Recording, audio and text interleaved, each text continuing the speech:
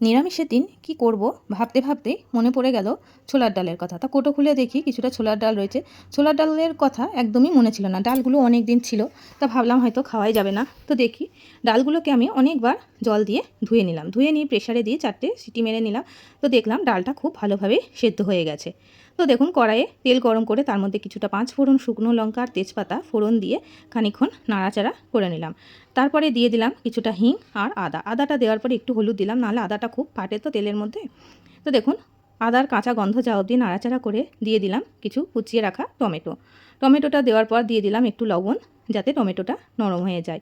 তো লবণটা দেওয়ার পর টমেটোটাকে ভালোভাবে নাড়াচাড়া করে নিলাম। তো টমেটোটা নরম হয়ে যাওয়ার পর দিয়ে দিলাম সেদ্ধ করে রাখা ডালটা দেওয়ার পর সেই সমস্ত মশলার সাথে ভালোভাবে মিশিয়ে নিয়ে দিয়ে দিলাম আর একটু হলুদ আর সামান্য লবণ, আর দিয়েছিলাম 2 চামচ চিনি। ছোলার ডালটা আমাদের আবার একটু মিষ্টি মিষ্টি খেতে আমরা পছন্দ করি, তো আপনারা আপনাদের মতন চিনি দেবেন। আর দিয়ে দিয়েছিলাম 2টো চেরা কাঁচা লঙ্কা।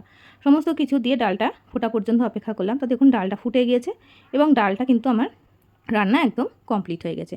এই সময় গ্যাসের ফ্লেমটাকে অফ করে দিয়ে দিলাম 1 চামচ ঘিটা দিয়ে ভালোভাবে নাড়াচাড়া করে নিয়ে গরম গরম সার্ভ করে দিলাম। তো ডালটা আমরা খেয়েছিলাম পরোটার সাথে, খুবই ভালো লেগেছিল। তো আপনাদের কেমন লাগলো অবশ্যই কমেন্টে জানাবেন। ধন্যবাদ।